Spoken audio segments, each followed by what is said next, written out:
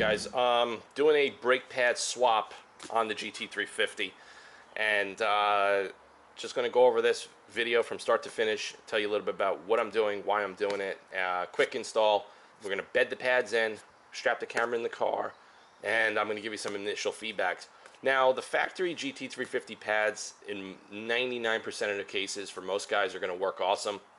There are two things that are making me switch. Number one, the brake pads from the OEM have such a high iron content that I'm getting that rusty dust, brown dust that's on my rims, and with the gloss black wheels is just driving me nuts. And that's number one thing that's driving me crazy. A lot of the Hawk pads over the years do that, especially like the HPSs and DTCs. It's just a lot of iron content. So I've been using Carbotech for well over 10 years in all of my cars. M5, AMGs, CTSVs, my 2015 GT Performance Pack. I use them all the time, even on my custom Pro Touring cars. So this is the Carbotech XP8 front and rear, and you know, Mike is a friend of mine over there at Carbotech, and he's telling me that the pads are going to have a higher coefficient of, you know, heat transfer. They're going to have better bite, everything else, better modulation. So the one thing I notice on the stock GT350, when you're at relatively very high speeds and you stab the brake pedal, it just takes a little bit too long to engage and heat up and then, you know, bring the car down to speed. So I want something with a touchier feel. I want a harder initial bite at low temperature and at high temperature, and especially at high speeds. That's just something that I like for the type of driving that I do. I mean, everybody's going to be different, and that's the beauty about, you know, fine-tuning your cars with brake systems and different suspensions and tires and everything in between. That's just what I like. I like a very aggressive pad. I like a very direct, hard initial bite. I also like good modulation from initial pedal all the way up to full pedal pressure. So I think these are going to be a good choice. A lot of guys that are tracking their Rs and GT350s are running XP8s or XP10s or even some of the XP20s. Some guys are running packet pads or the DTC Hawks. It's totally up to you what you guys want to run. Let me get the camera over to the car, and I'm going to show you a close-up of that brown rusty dust that I'm talking about. It's coming from the iron in the factory pads. Some of you see that right there? See what I'm showing you? I got the spotlight out. That is what's driving me crazy with the stock pads, is that rusty, nasty residue. And it's all over the face of the rim. Okay, and that's just the brake compound. That's just what is in the factory OEM brakes. So, guys, I'm going to strap the camera in the car. Another final step that I want to tell you guys: whenever you do brake pads on any car, always start the car when you're done and pump the pedal until it gets hard. If you start the car and put it in reverse or drive without doing that, you're either going to go through your garage door or you're going to go hit somebody in the back. So always pay attention and don't forget that last step. You have no idea. I used to have a guy that worked for me 10 years ago, and he caused a fender bender, and it was not funny. So let me just clean this stuff up, get the wheels torqued down the spec, strap the camera in the car. We're going to go for a ride. The front and rear pad swap, like I showed you, took me about 40 minutes. That's start to finish, cleaning up, retorquing the wheels, all that good stuff. I already bedded the pads in. The stopping power is fucking incredible. That's the only way I could really put it. If you think the GT350 and 350R brakes are incredible out of the box, you have no idea how good the Carbotech XP8s are going to make the brakes. The modulation is better. The pedal feel is better. When the brakes bite, I actually feel it internally in my body. It is so intense. I'm actually getting used to driving it now because the ABS is intervening a lot. Getting a little bit of squeal, that's normal. After a few hundred miles, I'm going to pop the pads out, clean them up, reapply the anti-seize, lube everything up again, and that should solve the problem, because I've run XP8s and XP10s on other cars that I've owned over the years that were daily driven, and that's just the procedure that I've run. So I'm going to do a hard stop over here and hope the camera could pick up the rate of speed on how it decelerates. We're doing 50 miles an hour right now. Oh, Jesus. It's just incredible. It's absolutely incredible. you can actually feel the back of the car biting so much more now. It feels exactly the way I thought it was going to feel and exactly how I wanted it to feel. So, you know, that's the cool thing about, you know, this stuff. Everybody's got their own type of driving style and habits and everything. In New York, you know, everybody's very aggressive and constantly, you know, on the accelerator, on the brakes. So I'm very quick on the brakes.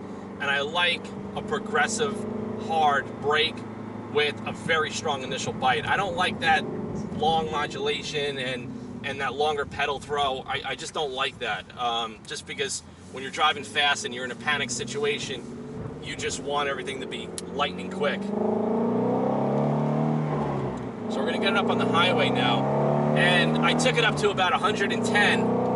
And like I was telling you in the beginning of the video, with the stock pads, it just didn't decelerate as aggressive and hard as what I wanted at that high rate of speed. So we're at 80. Jesus.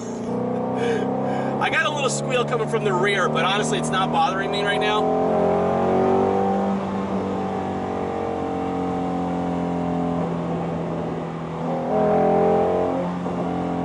But I gotta say, this was definitely worth doing. I'm gonna have more brake dust. I don't really mind. That's not really why I did this. I did this for performance.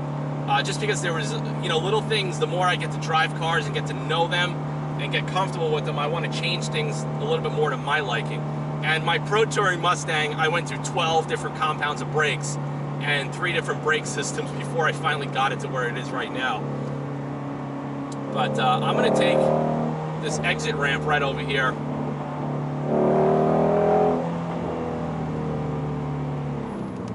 Oh my God. You actually feel the car, the nose diving so much more now. That's another thing that that I noticed. And I'm in sport mode, and I feel the back of the car raising up, you know, under hard deceleration.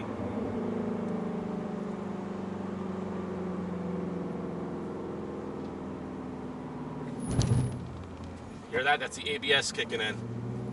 And it kicks in a lot easier than it did with the OEM pads.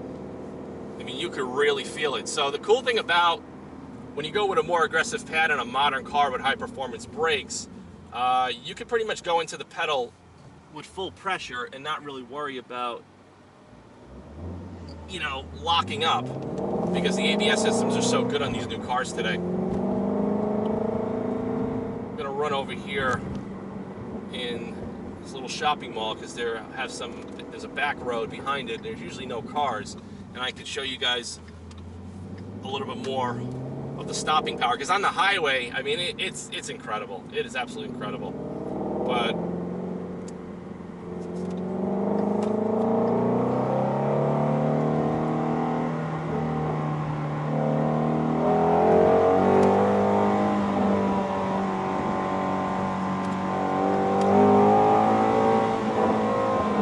doing 70 miles an hour uphill.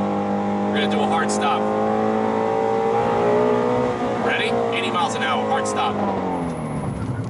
Motherfucker. Oh man, this is freaking badass.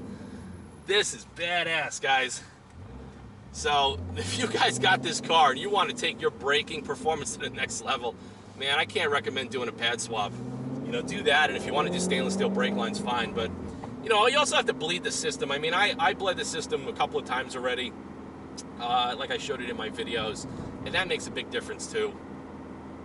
Especially when the pads wear. If you don't top it off and bleed the system, you will get a little bit more pedal travel. So I'm gonna let this car go. But that was 80 miles an hour, uphill, hard stop. And if I didn't have my seatbelt on, I think I would have went through the window.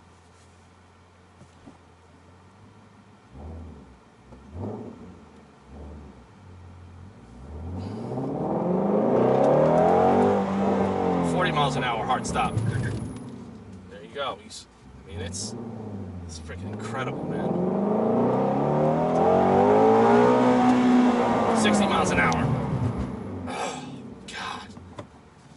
And the cool thing about the Carbotech brake pad compounds, you could hammer it stop after stop after stop, and they're not going to fade. And that's what the OEM pads, if you guys have gone to the track or autocross, you know they start to fade after a couple of, you know, laps.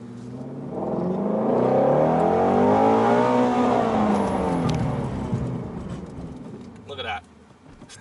60 miles an hour to 0, it's like nothing. I think the braking performance with these Carbotech XP8 brake pads has probably gone up about 30%. And that may seem like a lot, but unless you guys do it and drive the car and are really, really in tune to what's going on, you'll start to feel it and you'll understand what I'm talking about.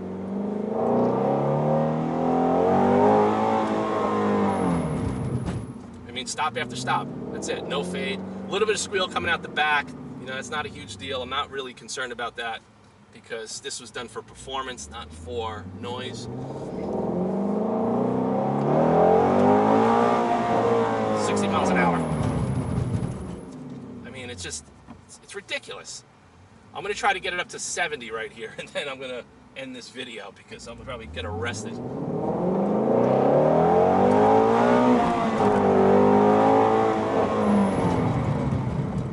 I mean, Jesus. I mean, just stop after stop after stop. I'm not even letting them cool down. The more heat you generate, the better they get. The modulation is incredible. The pedal feel, incredible. Guys, like I said, this is a pretty cool upgrade. If you guys want to up the game, call Carbotech, buy the brake pads direct. Let them know you saw the video. Let them know, you know, how I reviewed them. These things are freaking awesome. This is the best $470 that I spent as far as a performance mod on this car. Absolutely love them. See you guys soon. autofanatic@yahoo.com. Take care.